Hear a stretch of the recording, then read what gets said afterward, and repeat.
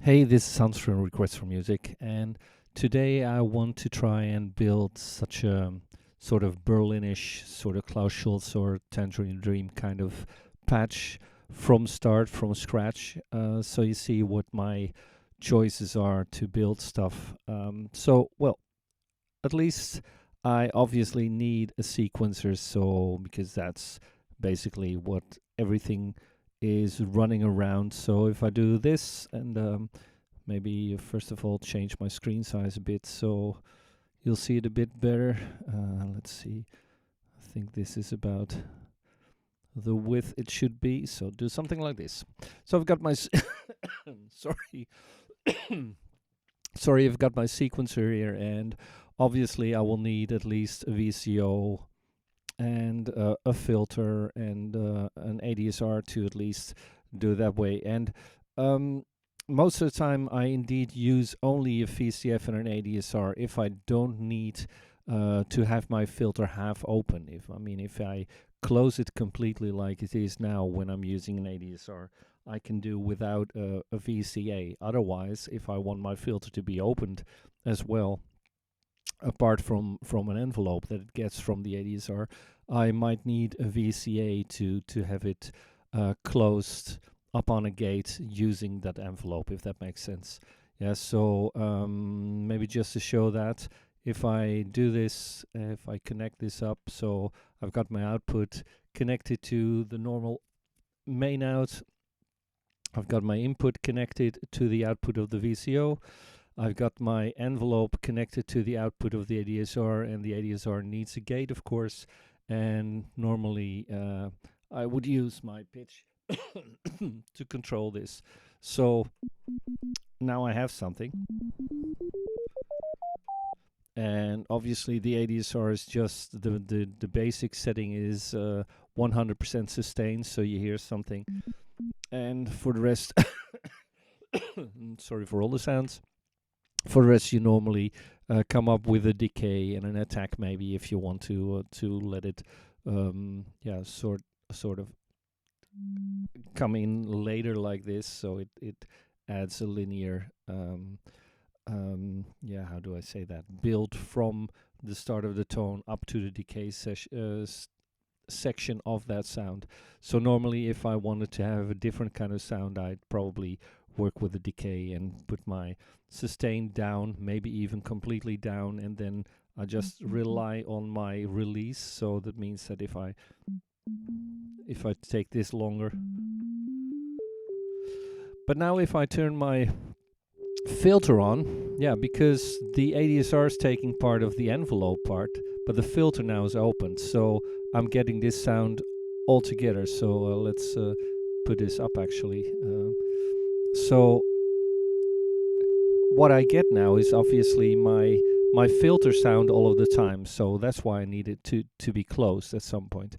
So if I do want that specific sound, I need a VCA, and I could even drive that VCA from the same ADSR. So I take the input, which is the gate input or the envelope input, which is the middle part, and I'll take it there. And instead of going straight into the output, I'm taking my VCF into the input of the VCA now and take that through to this. And I need to switch my VCA on for that, because otherwise it ignores it. So now I've got the and even now if I take my filter on, it will not let you hear that. So that means that even if I would take my envelope out, I could still drive this by using it this way. And obviously it doesn't do that much if I use a normal sine, but if I use a sawtooth instead, you hear that there is a difference then of course. So then I can set this to whatever sound I want, and then make sure that the VCA closes up. And in the format, this was called a dual VCA, because there's actually one setting for the envelope and the other one is for the amplitude modulation part. So if I drive something in there, I can use an LFO which has its own sort of VCA, because that amplifies that signal as well. So, but let's go on with creating the sequence. I think I at least I like stuff like reverb in there, and I like a delay in there as well. So first of all, I'll build it in portions. So first of all, I'll take this. I'll take these in. So that means that my output is actually not going into the to the main out, but in first it's going into the delay. And for now, I'm using just one channel, because even if there's one channel in, the delay will be in stereo. So I can take these two channels out of the delay and go into the input of the reverbs, and the output, I'll take those into the main outs. And both have a switch to switch them on, because now there's not much sound coming out. But if I switch both of these on, and I'll up these outputs a bit, and take some of the delay out, and maybe first of all the reverb and all out. So I've got this kind of sound, but as soon as I put my delay in, you'll hear that it starts responding. And this is my feedback, so that decides how many of those echoes there are, and this obviously sets the loudness, or the mix between the wet signal and the delayed signal. So I'll do something like that, and I could put some reverb on top of that to give it this wide sort of sound. Now let's go on with the sequence, because now I'm driving that oscillator by using the keyboard, but instead I want to get the pitch out of my sequencer here, and I want the gate also to get out of this gate from the sequencer. So that means that if I now switch this on, this is now pretty high speed, so I'll take this down a notch and switch it on. It's going to give me that sequence sound already,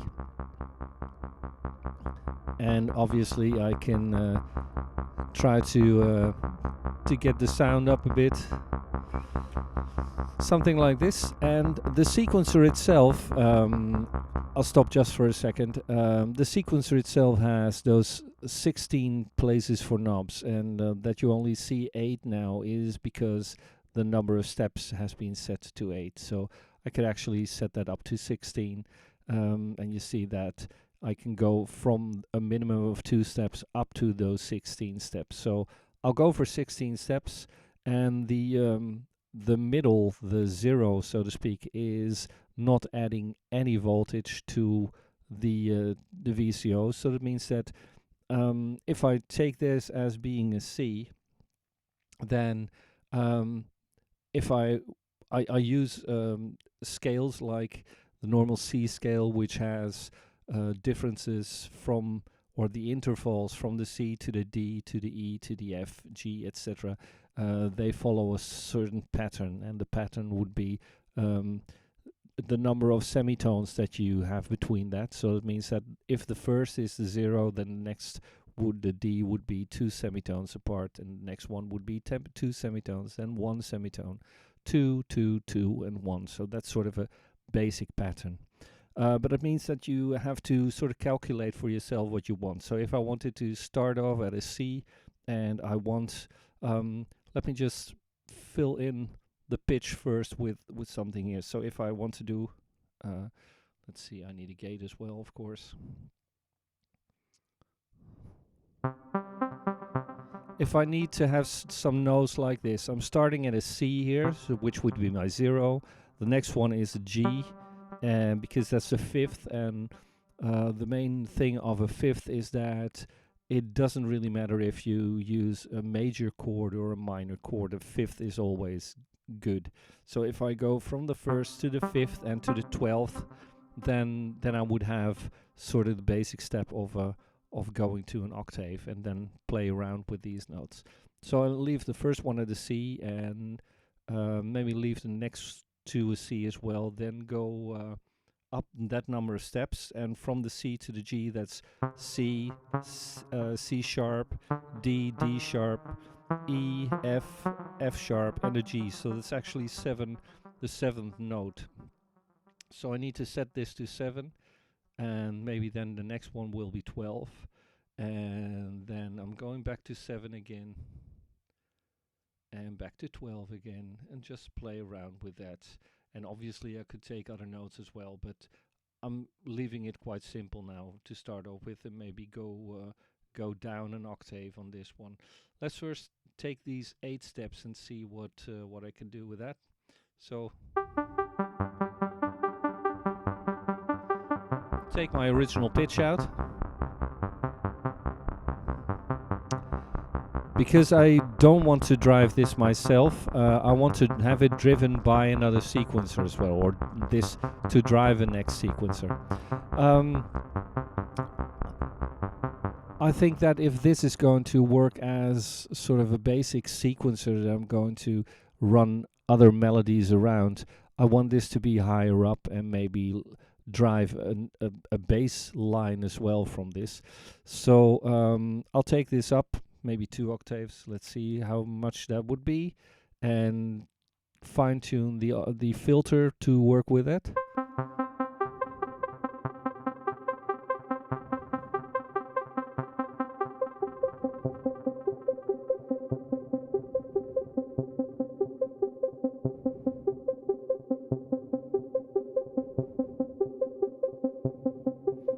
Yeah, that seems to work for me. So I'll take this first and stop it for a while as well. And actually I want to drive a next sequencer as well. So what I'm going to do is I'm going to take my screen size down a bit, because I'm not that interested in the actual settings of everything. I just want an overview. So if I look at these modules, these are creating that first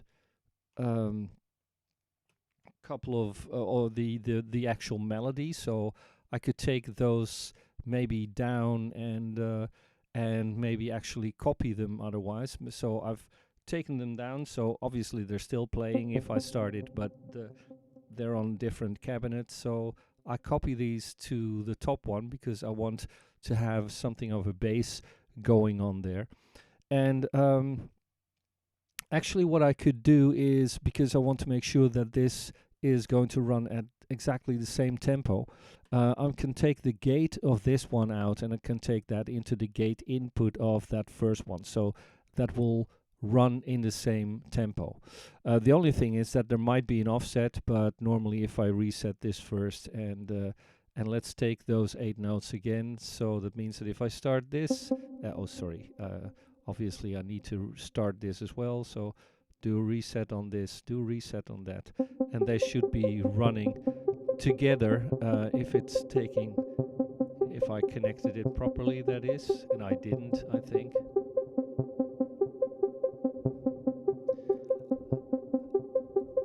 I hooked it up to the pitch instead, which could be nice as well, but I want them to be running at the same pace.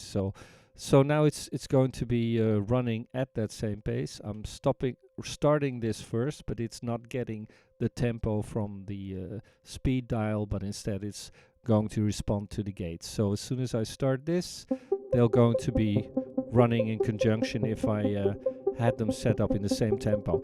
If you don't, you can actually just save your patch. So let me just save this first. I'm going to save it in my F SYN collection, and I'm going into my sequences and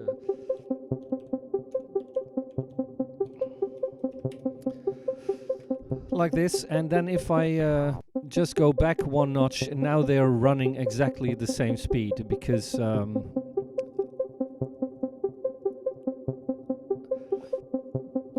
that's how it works. It just resets both of those sequencers to the start. So now I can take this second one out and then start running a next oscillator with that.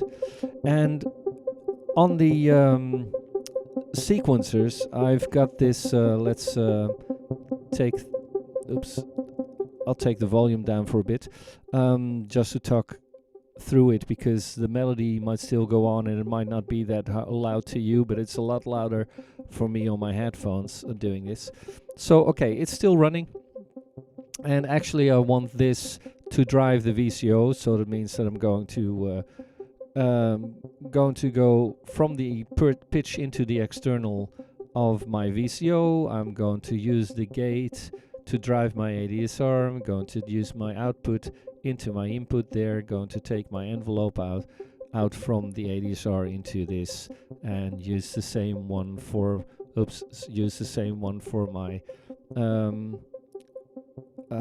my VCA. And instead of just going straight into the delay and reverb, now it's already better if I can pan the signals that I want. So I take a panner out, and I'll put this into the second one because this is going to the first one then. And now, because I now can pan my signals, obviously I need a stereo signal too, so I connect both of these up into this into the delay, and that means that this is driving the stereo field of the melody, so to speak, and this is going to be my it's going to be driving my bass line. So let's put this down, and let's see, what else do I need to do? Maybe it's nice to have some input signal. Now, of course, it's the same kind of notes altogether, but say that I wanted just a couple of notes, and maybe just the first two notes, and then nothing. I could do something like this. Because if I do a shift click on a knob, I can actually switch those off. So now I could maybe even switch this latest one, and then do something to the sound, because this is... I'm going to use the envelope now.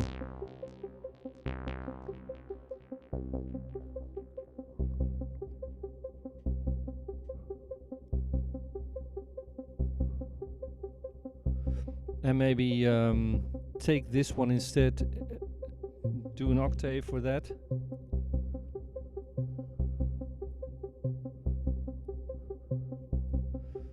So now I've got this.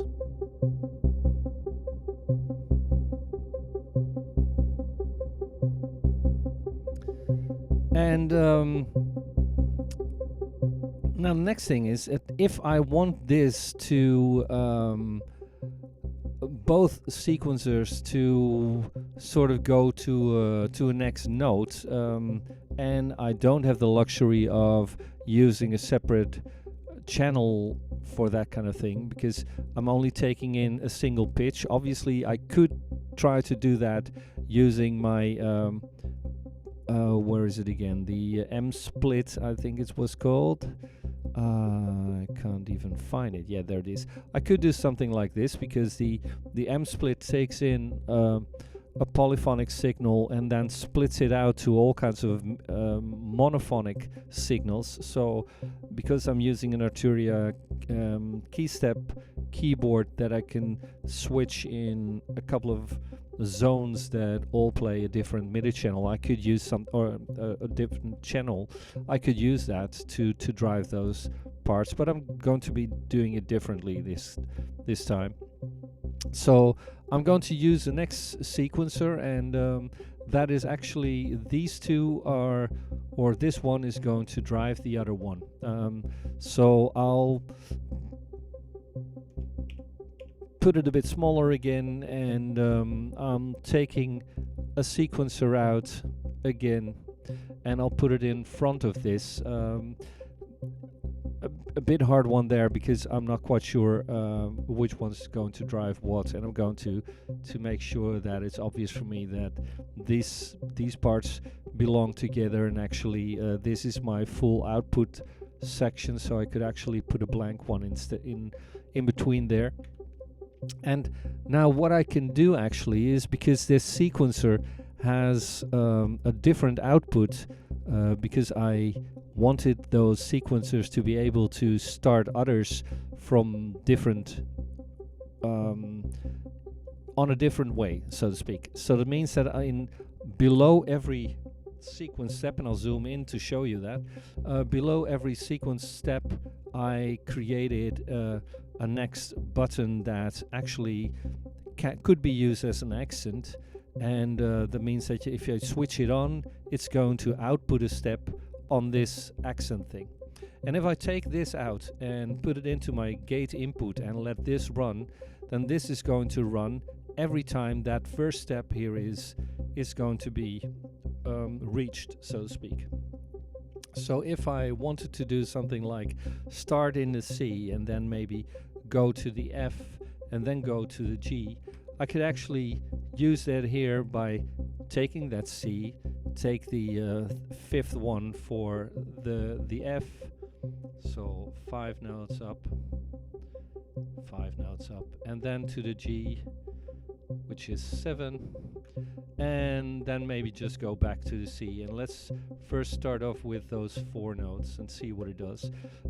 So this one is driven, it's going to be synced to those, and I could actually just take the pitch output and put that into both of the VCOs, so they both go up that number of steps. So if I take this into my VCO, into my external as well, and also take, and even this, while I'm not even taking this as well into that, it really does work, as you can hear. And again, to make sure that everything is running at the same time, I could always do a save for this and then go back one step and go back into the next step, so it's running at the same time.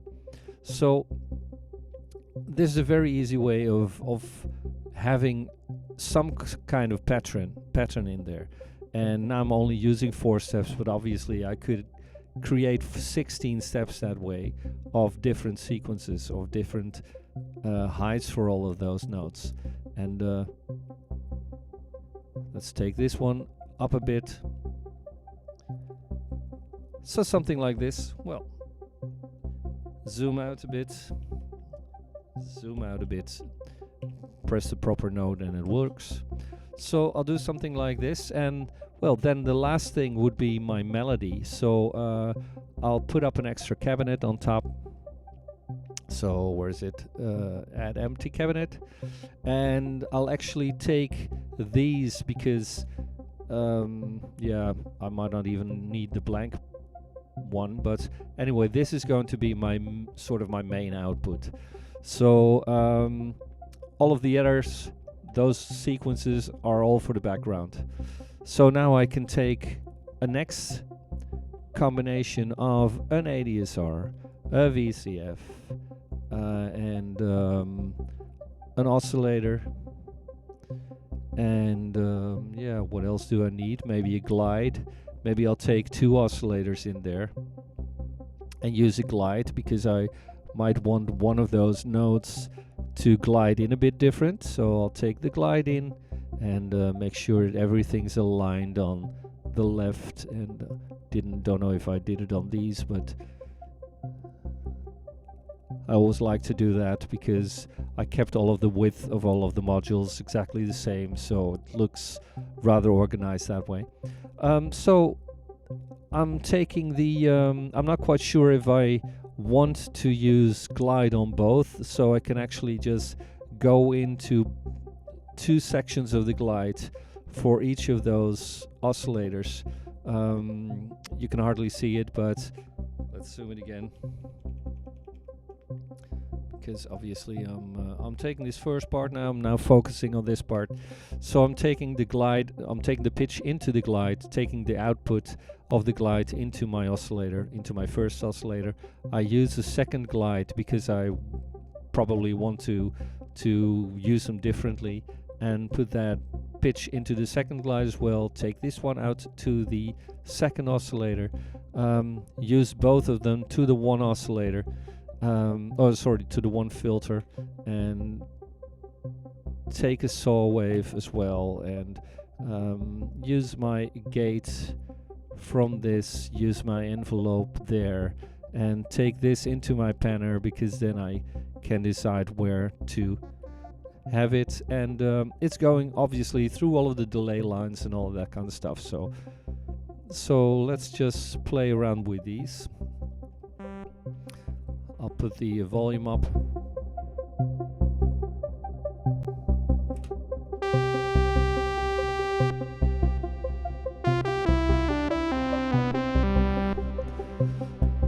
So do something like this. Well, this is not really the sound that I'm after, so I'm going to change this a bit and take a longer note. Do something like this maybe, and now instead of having them both at the same frequency, I'm going to put this up one, and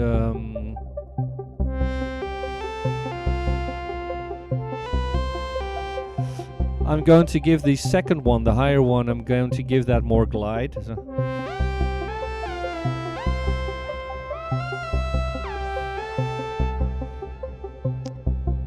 giving the first a bit of glide as well.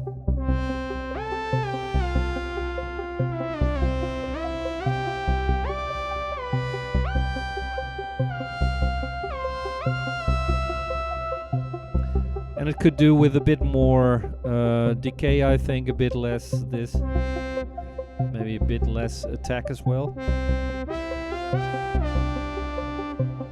A bit less glide.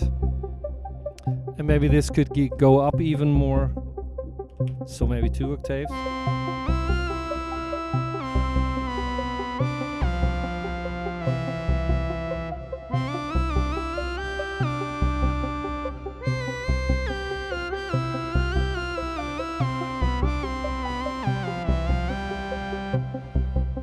And of course, if I needed to have an LFO in there, maybe I want to have the higher one modulated as well. I'll take this LFO in front as well and take the output of the sine wave in there and give it a higher setting, somewhere around 5 or 6 would do.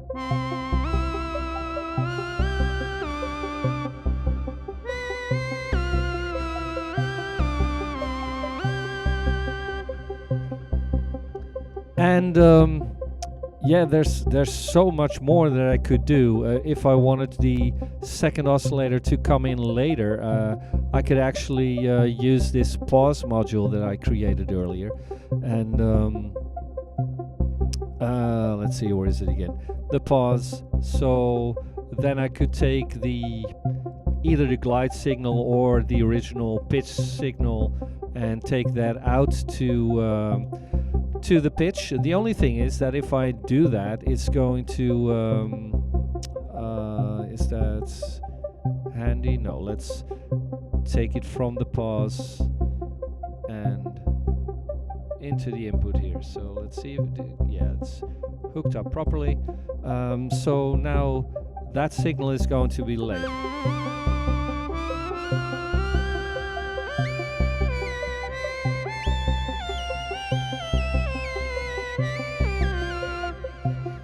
The only thing is that I'm not actually also delaying the ADSR or the envelope signal at this time, so normally I would actually want to have an extra ADSR in the VCF to do that. So zoom out a bit again, select both of these and put those 2 extra in there and take the output of that second oscillator out and put it into the second VCF. Use my ADSR to be driven from a delay as well. So I'll take the gate into the delay, make sure that I have the same setting. Let's see what I have here. Let's set a proper value to that, (2) or something, and put this to the same setting, (2), and take this output into the gate signal, put this into my envelope, and this one obviously needs to go there as well. So And now I can set those completely independent because obviously it has its own filter. I didn't put an VCA in there, so would have a problem there. But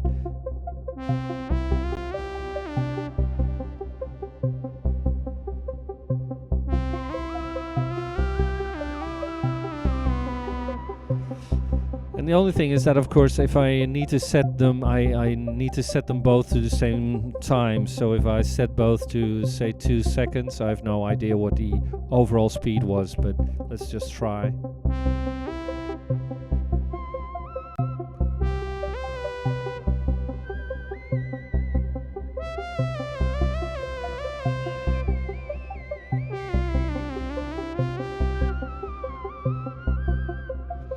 So anyway, that's how I normally look at creating patches for this kind of music anyway. And maybe I could have taken an extra oscillator even to put a drone underneath with a filter and do stuff that way. But you hear, and because let's say that I actually also wanted to take the pitch out of this first one now to drive the bass, because that will change it, of course. So I'll take an output here.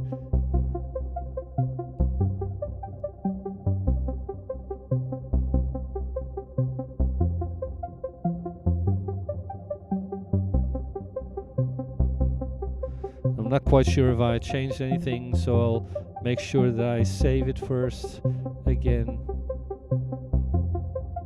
And go back a bit to another one.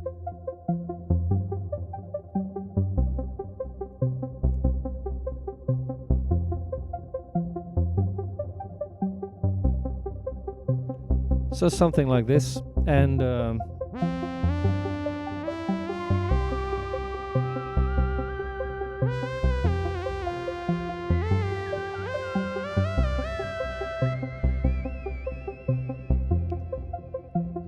so yeah, I think that sort of covers this one, and I hope it gives an idea of what you can do. And of course, there's so many other modules that I could have used. I could have used the percussion as well, and I showed you now, for instance, that I used that separate accent thing to drive the other one. But actually I could have also taken that to drive, for instance, this percussion module, because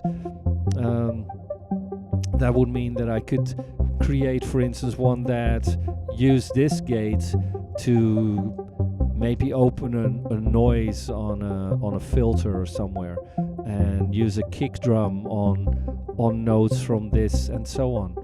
So that's the whole thing, as usual with modulars. It's limitless in what you can do. So I hope it gives you an idea again, and thank you for watching, and up to the next one. Cheers, bye bye.